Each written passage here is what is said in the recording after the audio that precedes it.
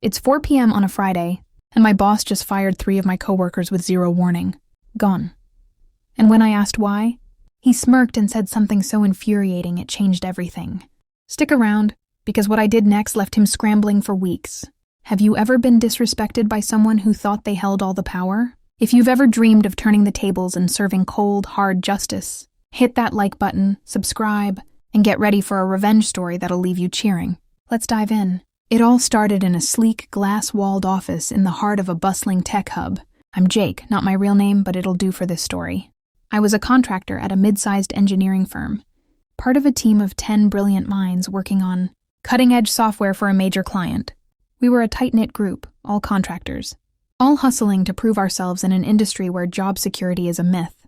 Our contracts were open-ended, with a vague promise of 12 months, maybe more if you played your cards right. Extensions were common for those who delivered, and we were delivering. I was technically the team lead, but don't let that fool you.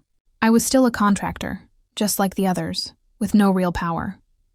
Above us was our manager, Greg, the only full-time employee overseeing our work. Greg was the kind of guy who wore his authority like a cheap cologne, overpowering, and impossible to ignore. He'd stride into our open-plan office, his polished shoes clicking on the hardwood floor, and toss out vague compliments like, "Keep it up, team," while checking his phone.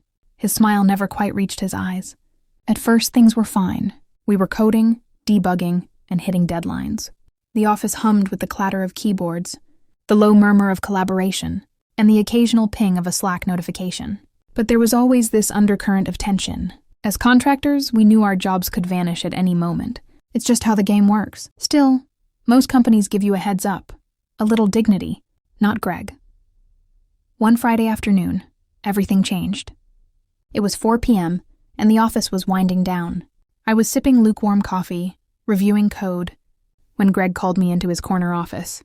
The glass walls made it feel like a fishbowl, but his desk was littered, with golf trophies and framed photos of him, shaking hands with executives. He leaned back in his chair, hands behind his head, and said, "Jake, I need you to let 3 of your team go.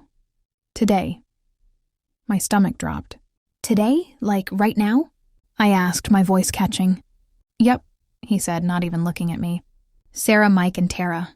Their contracts are terminated. Tell them it's their last day." I blinked, my heart pounding. "Why me? I'm just a contractor. Shouldn't HR handle this?" He shrugged, a lazy grin spreading across his face. "You're the team lead, Jake. Handle it." I walked back to my desk, my palms sweaty, my mind racing. This isn't my job. I'm one of them. But I had no choice.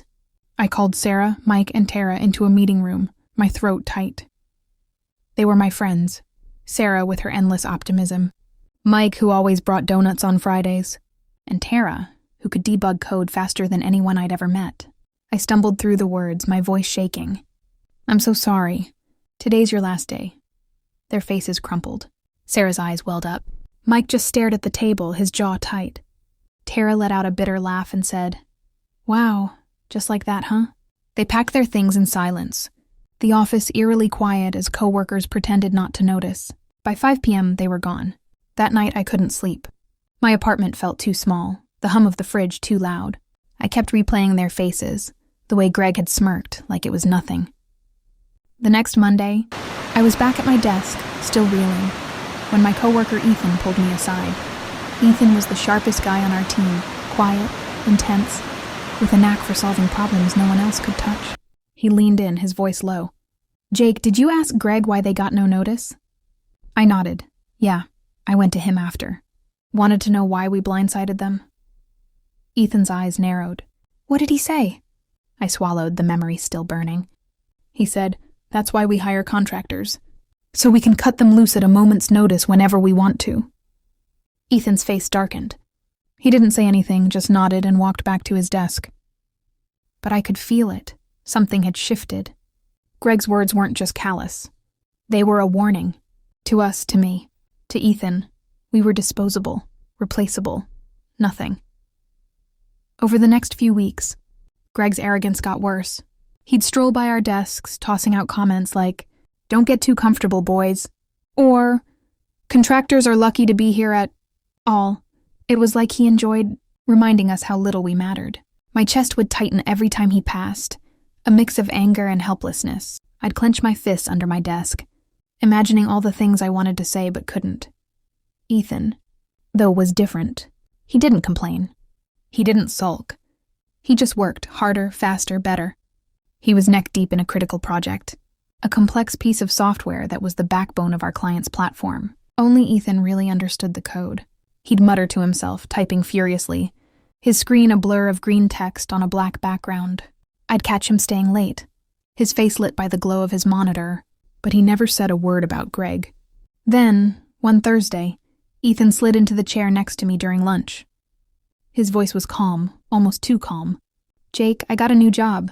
Better pay, better company. Starts in 3 weeks." My jaw dropped. "That's awesome, man.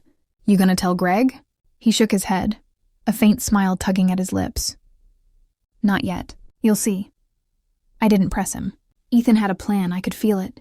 For the next 3 weeks, he worked like nothing had changed. He was professional, focused, churning out code that kept the project on track.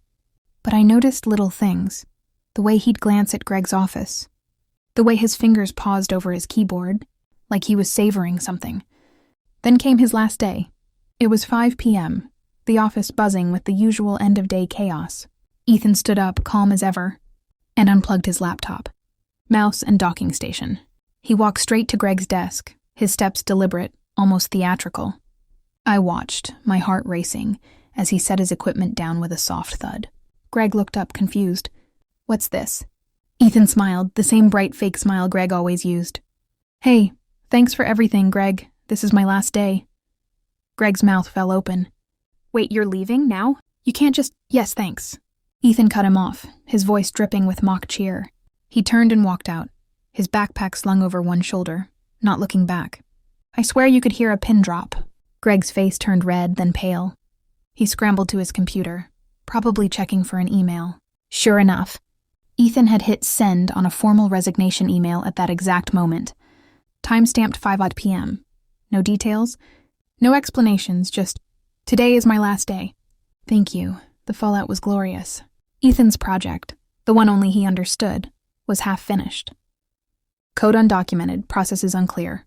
Greg tried calling him, emailing him, even texting. But Ethan was a ghost. Gone. For weeks. The team scrambled to piece together his work. Deadlines slipped. The client got antsy. Greg's smug grin was replaced by a permanent scowl as he stayed late, poring over Ethan's code, muttering to himself.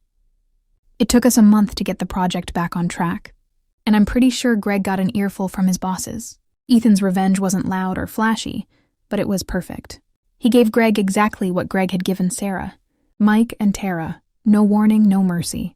It was a reminder that actions have consequences. And sometimes, the quietest exits make the loudest impact. Karma doesn't always scream, it whispers. If Ethan's story gave you chills, smash that like button and tell us in the comments. What's the most satisfying workplace revenge you've ever seen? Don't forget to subscribe and hit the bell for more stories. That'll make you cheer for justice. Thanks for watching, and I'll see you in the next one.